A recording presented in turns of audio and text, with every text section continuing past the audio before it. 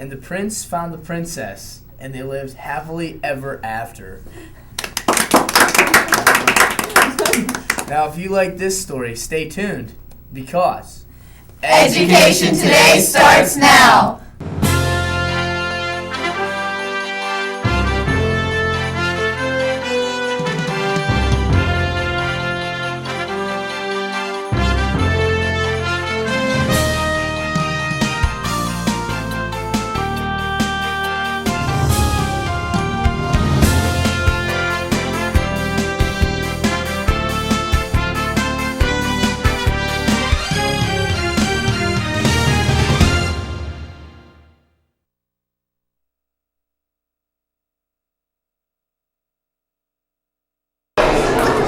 To help us kick off our Read Across America celebration, we are very pleased to have an author and storyteller with us today. His family has lived in Pennsylvania for over 200 years, and he has based many of his literary ideas on his family history. Please give a warm country western welcome to Mr. Robin Moore.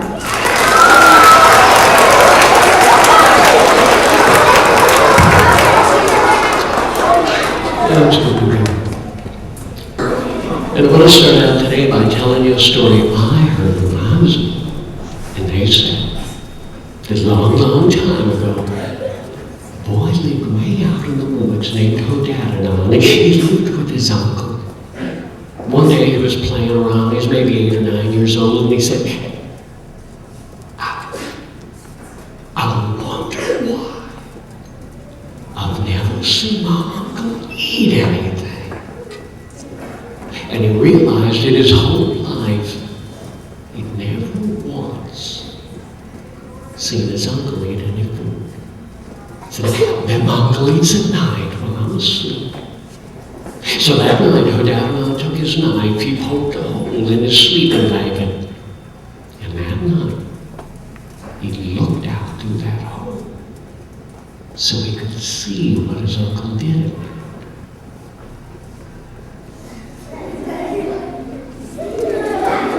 So as I was sitting by the fire, I was saying, "Oh, Dad, oh, Dad." Oh, he must be asleep. And so Hodadanon walked. His uncle reached underneath his bed and pulled out a birch bark box. He reached into that box and he pulled out a little clay pot. He reached into that pot and he pulled out a chestnut. Everybody here knows what a chestnut is? And with his knife, he scraped a little bit of that chestnut into the pot with the pot on the fire. And with his own hands, Hodadadon's uncle wrote that pot. He said,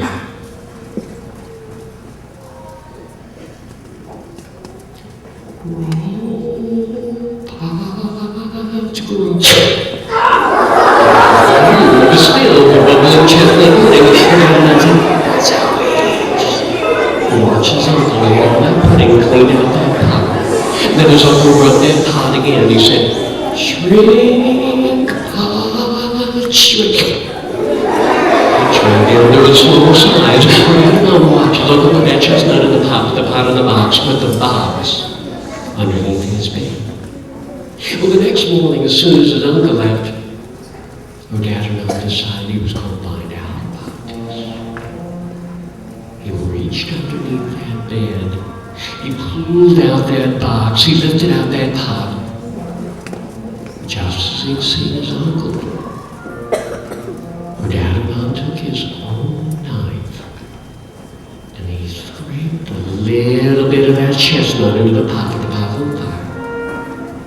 And with his own hands, Hodadanon broke that pot. He said, "Grow, pot, grow."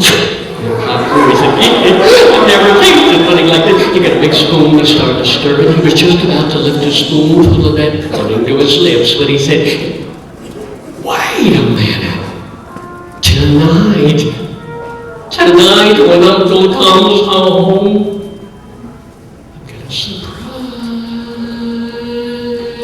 him. I'm making up chestnut bone roll. Him and me was that today. He scraped maybe about half of that chestnut into the pot. And he rubbed that pot again and he said, "Grow, pot, grow." That pot was so big he had to stir it with a canoe paddle. He said, "Wait a minute! What if we should have visitors tonight?" He threw that whole chestnut into that pot. He rubbed that pot again. He said, "Grow, pot, grow." That pot grew so big it filled the whole cabin. Down had to go outside and take his axe, cut down an 18-foot tall tree, climb up the roof of that tree down through the chimney just to stir that pot. While he was stirring, his uncle came down the track. His uncle looked up there and he said, "Oh, Daddy, Nod, I knew you'd do this someday. I knew you'd do this. Don't you know you've killed me? Come down. Oh, Daddy, Nod, don't you know what your name means?" "Well, no, I'm glad. I didn't know my name meant anything." "Oh, Daddy, Nod means..." "Your name means the last one left. You're the last one left in your family when you were just a baby. The 7 sisters that live in the woods of the north came and they took your mother, your father, your sister. They said, I will keep you because you were small. But they cast a spell on me. They said that all the food I'd eat in my whole life would have to be in that one chestnut. You've used all of it, haven't you?" But Dad and I said, "Uncle, you don't need to worry. I'll just get you another chestnut." Look at that. You don't understand. There's only 7 chestnut trees in the whole world. And they stand right outside the cave with those 7 sisters. And everyone who goes there becomes their slave. Oh, Dad and I said, "Sounds like the kind of adventure I might enjoy." And he started to walk on the trail to the north, and he looked up ahead and he saw 7 chestnut trees. Beyond those trees was a cave set in the side of the hill with smoke, and the smell of chestnut pudding coming out of it. And when Hodannon looked in the top of that tallest chestnut tree, he could see there was something up there, waving in the breeze. And when he looked more close, he could see it was a young girl, tied in the top of that tree by her long hair.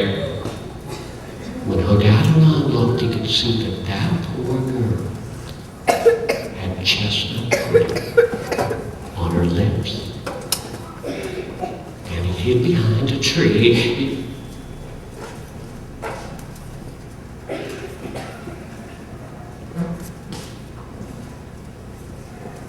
Hodannon looked in the ground and he saw a mole hole. Everybody here knows what a mole hole is? Like an underground. He got an idea. He said, I wonder if Uncle's trick could work. He took his hands. He rubbed his body. He said, shrink, body, shrink. And he was about 3 inches tall. He walked right up to that mole hole. He said, Mole, come up here.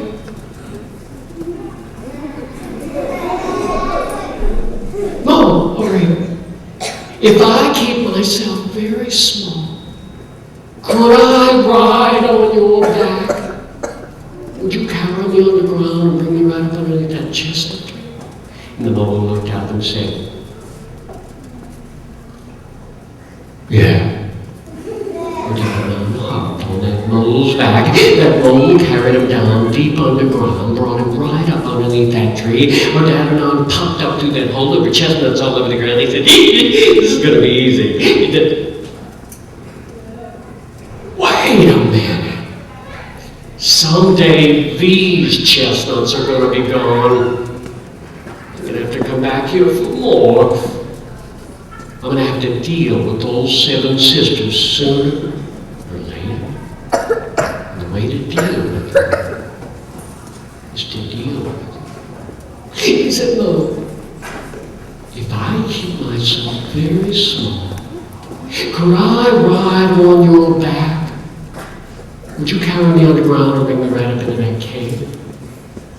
And the mole looked up and said, yeah. And Davenant hopped on that mole's back. That mole took him down deep underground, brought him right up into that cave. Davenant popped up through that hole. There was a fire in the center of that cave, and on that fire was a clay pot. And in that pot, I guess you know, chestnut could smell. And then the flames flared up, and he could see those 7 sisters seated around the fire with their sharp noses and their white hair. Davenant took his hands. He rubbed his body. He said, grow, body, grow. He grew up to his normal height. He walked right up to those 7 sisters, and he said, where's my family? The sisters looked up. She didn't say anything, but she ladled him out a bowl of that chestnut pudding, and she handed it to him. Her Davenant said,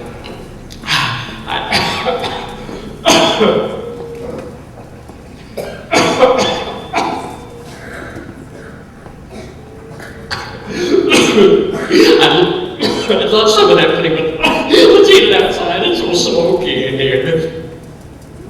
And they stepped out of that cave, and as soon as they did, Davenant took his hands, and he rubbed his body again. He said, grow, body, grow. He grew up, he was 97 feet tall. He reached down, he scooped up those 7 sisters. He started to blow his breath onto them. They had to cling to each other to keep from being blown away. And then Davenant was blowing on those sisters. And he blew them up into the sky. And they went sailing through the clouds, and they stuck in the sky below. You could still see them up there every night. You know that constellation of stars we call the 7 sisters? They're still clinging to each other in a bunch. And you know that bowl of chestnut pudding? That splashed all out across the sky. And that became what we know as the Milky Way. And then Davenant saw that poor girl tied on the top of that tree. He rubbed himself down to his normal height, and he climbed up there, and he was untying her long hair.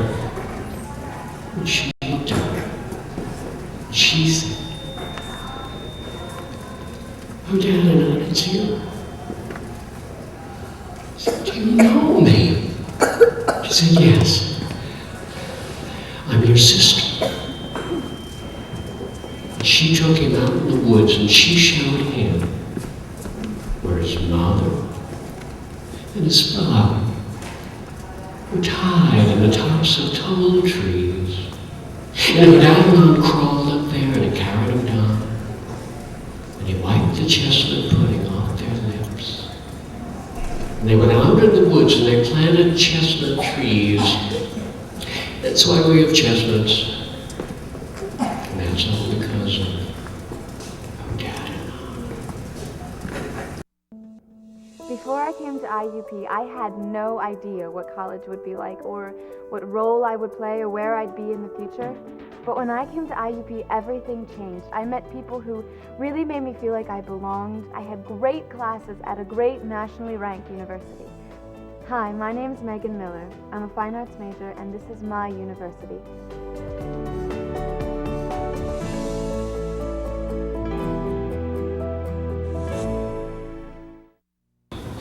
One day Possum was up in a tree picking persimmons, which is like a sticky fruit, and throwing them down to the turtle.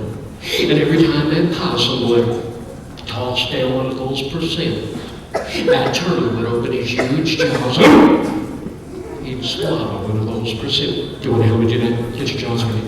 Every time that possum would toss down one of those persimmons, that turtle would open his huge jaws and swallow one of those persimmons. It was just then when a great big wolf came out of the woods and he sat down right next to that turtle.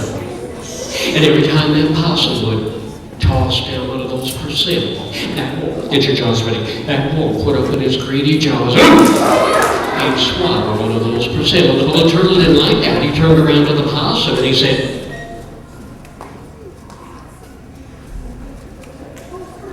"Well, I'll tell you what, you throw down a really big one." Anyway, and that possum turned around, he picked a great big huge sticky persimmon and he threw it right down to the wolf. And get your jaws ready. That wolf opened his greedy jaws. He swallowed that persimmon, or he tried to swallow it. Can you see he got it stuck in his throat? And he fell over stick, his feet sticking up in the air. Turtle said, "Our two chosen wolves to hold with me." And he walked off. Now it just so happened that wolf's fellow wolves came running through that clearing, saw him laying there with his feet up in the air. They slapped him on the back and he coughed up that persimmon. As soon as he caught his breath, he said, "I'm gonna get him." He went out and he got him. He said, "All right, turtle, you see that pot of boiling water over there on the fire? I'm gonna take you, I'm gonna throw you in that pot, I'm gonna boil you up and eat you." And the turtle said, "Oh yeah? Well, go ahead, throw me in that pot, shoot yourself. I'm just gonna roll all over the ground and smash it to pieces." And the lead wolf said, "I didn't think of that. I know, I'll take you, I'll throw you in the fire, I'll roast you." Turtle said, "Oh yeah? Well, go ahead, throw me in that fire, shoot his feet. I'm just gonna stamp every bit of it out." And the lead wolf said, "I didn't think of that.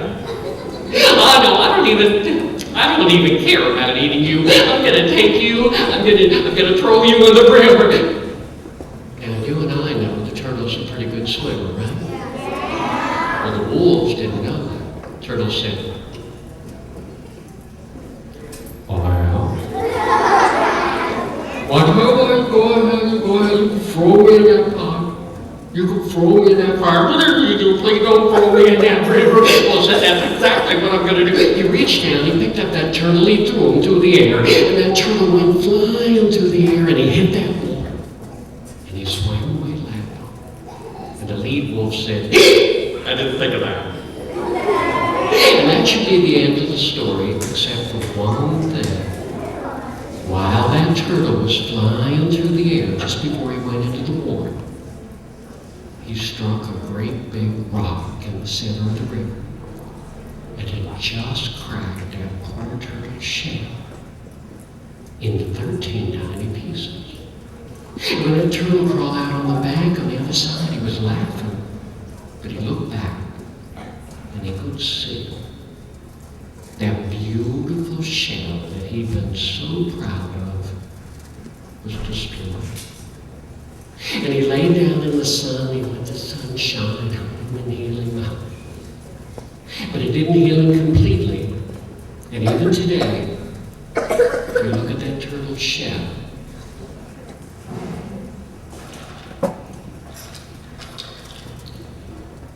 you can still see those 13 tiny pieces.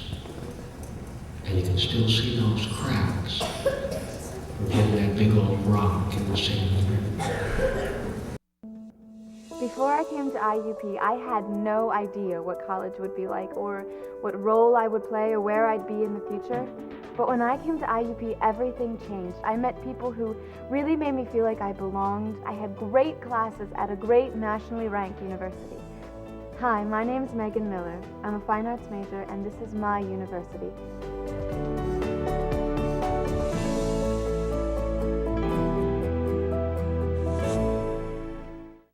Well, I got time for one more story here, and I'm going to have to let you go. This is one when everybody can help me tell this. You know, one day, Rab was coming through the woods, and a whole pack of hungry wild dogs started after him. You can help him get away by slapping your leg like this. And he ran, and he stopped, and he looked at his feet, every little feet. He looked at his feet, and he said, "Feet, don't fail me now." Say that to your feet.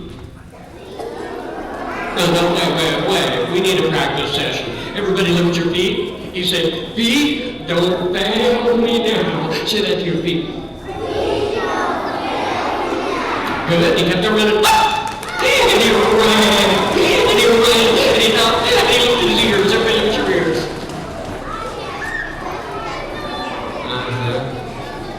All right. I'll show you how we do it where I'm from.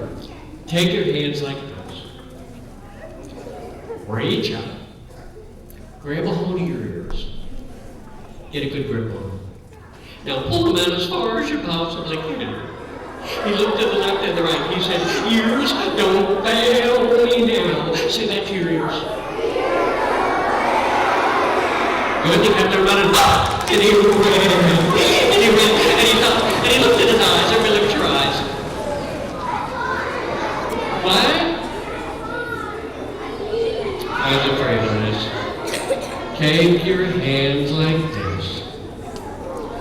Reach up. Are you watching me? Reach up. Gently. Grab a hold of your eyeballs. Now just take your eyes out of your head and look at them like this. He looked at his eyes and he said, "Eyes, don't fail me now." Say that to your eyes. Put the guys back in your head. Everybody slap your cheeks. Make sure you feel good. Kept them running. And he ran. And he ran. And he stopped. And he looked at the ground. Everybody looked at the ground. He saw a hole. He got down in that hole and he caught his breath. Everybody catch your breath. Everybody wipe the sweat. Wipe the sweat again. He said, "You know what? I got a pretty good body here. I think I ought to thank my body." He looked down at his feet. Here's feet. He looked at his feet and he said, "Feet, what did you do to help me get away from the dogs?" Ask your feet that. And the feet spoke up.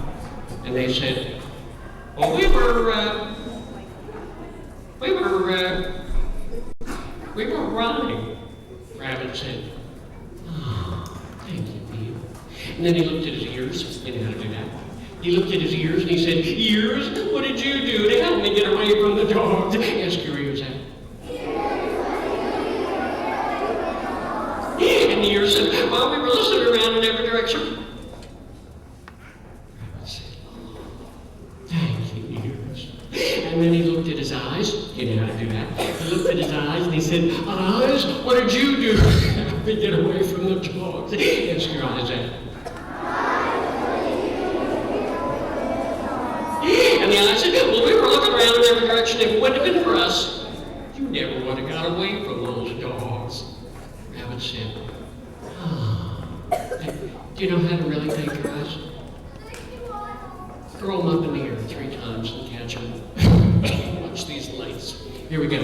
1, 2, 3. Put them back in your hand. Everybody slap your cheeks. Make good, make good." He said, "Yep, I got a pretty good body. Here, thank you."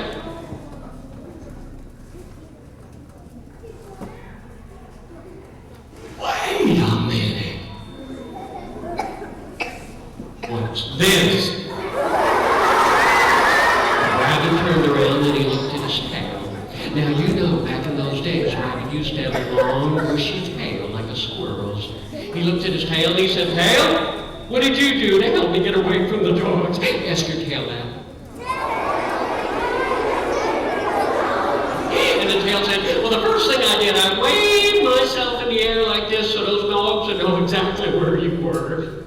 Rabbit said, what?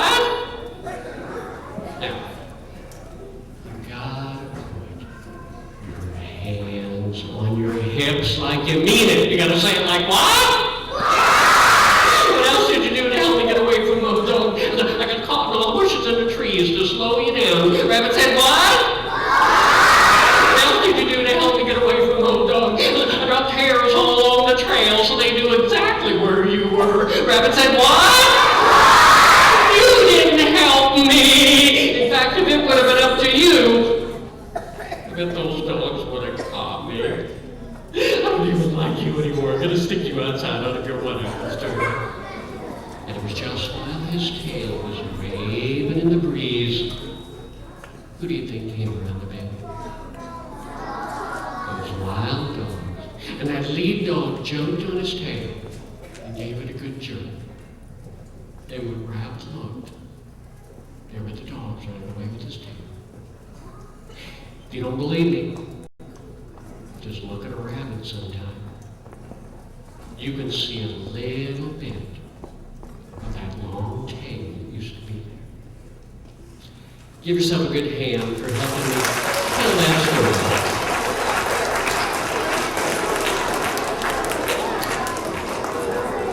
Well, I got one more little thing to show you here. This flute I was playing when you came in, to be honest, this is not the kind people who lived around here would play, even though I spend most of my time in Pennsylvania. Every year, I like to go to some other part of the world, see how storytellers there do things. I got this flute from the Mayan people. I don't know if you know about them.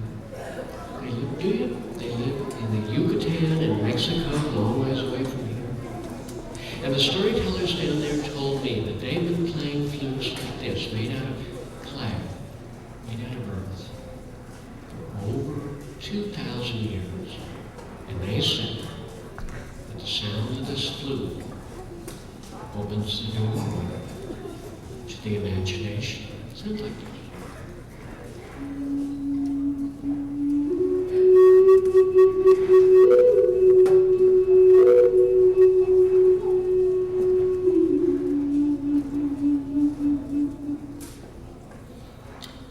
Well, I hope some of the stories I told you today are going to help you to think about your own stories.